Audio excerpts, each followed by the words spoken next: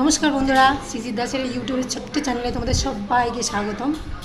আর আজকে আমি তোমাদের সঙ্গে যেটা শেয়ার করবো, আমি যেটা রান্না করেছি তোমাদের সঙ্গে সেটা শেয়ার করবো। আমরা সবাই এখন খেতে বসছি, তো আমার দুই ছেলেকে আমি খেতে দিয়েছি। ওরা যেহেতু মানে ফোনের সামনে ক্যামেরার সামনে আসতে চায় না, তাই ওদের আর তোমাকে তো দেখাচ্ছি না। আর দেখো, আমি এই চান করে এসে মাত্রই খেতে বসেছি, তো দেখলাম তোমাদের সঙ্গে শেয়ার করি।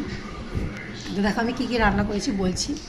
এদিকে দেখো, এটা হচ্ছে ভেজ ডাল, এদিকে দেখো এটা হচ্ছে পনির, এখানে আছে দেখো আলু ভাজা, আর এখানে আছে ভাড়ালি ভাজা।